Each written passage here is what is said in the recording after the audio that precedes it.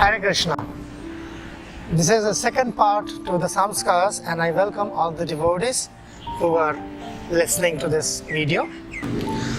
Though an essential part of Varnashram system, Samskaras have remained an integral part of Vedic society. Now, in the Gaudiya Vaishnava context, Vaishnava Samskars have specific functions for practicing the devotees in Grihastha life. A very important verse in the Shastra states the purpose of Samskaras. It is from Aitreya Smriti. Janmana jayate shudra sanskaradhi bhavedvija veda patad bhaved vipro brahma janati brahmana.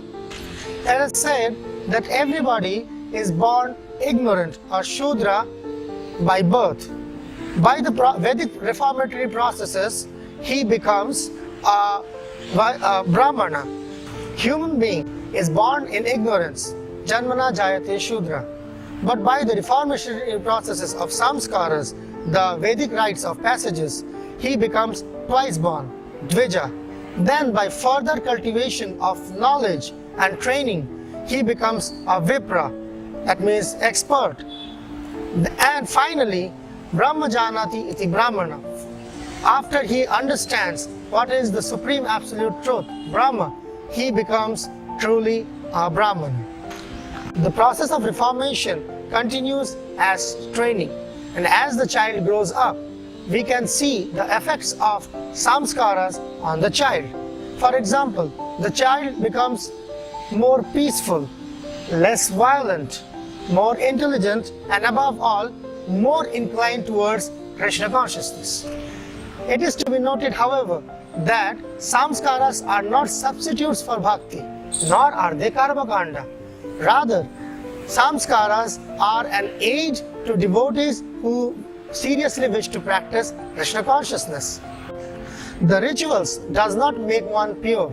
Rather, they are medium for purifying the consciousness. In Srimad Bhagavatam, 12th canto, 1st chapter, verse number 41, it says, Asamskrita kriyahina rajasa tamasavrita rajaste bhakshaishyanti mlecha rajanya rupina. In Kali Yuga, this tendency is inherent in living entity not to follow any kind of reformatory purificatory processes such as samskaras. In fact, by not being purified by any Vedic ritualistic processes, people generally tend to be more and more ingrained in the mode of passion and ignorance and tend not to follow any regulative principles. The idea is first to invite a pious soul and from there try to improve his qualities through the samskaras as much as we can. Performance of samskars requires systematic training. Such systematic training is available in ISKCON for the initiated or second initiated devotees, and it has been provided and organized by the deity worship ministry of ISKCON in Mayapur. Those interested in learning more about samskars can get in touch with Mayapur Academy based in Sridham, Mayapur. Samskaras should not be performed keeping in mind the remuneration by the performer. In Bhagavad Gita, 17th chapter, verse number 13, we find a very interesting verse, and I quote, Viddihinam asishtanam mantrahinam adakshinam shraddha virahitam yagyam tamasam parichakshate. It says, any sacrifice performed without regard for the directions of the scriptures, without distribution of prasadam, without chanting of Vedic hymns, and remunerations to the priest, and without faith is considered to be in the mode of ignorance. Though generally, samskaras involve fire sacrifices. However, not all samskaras require fire yagyas.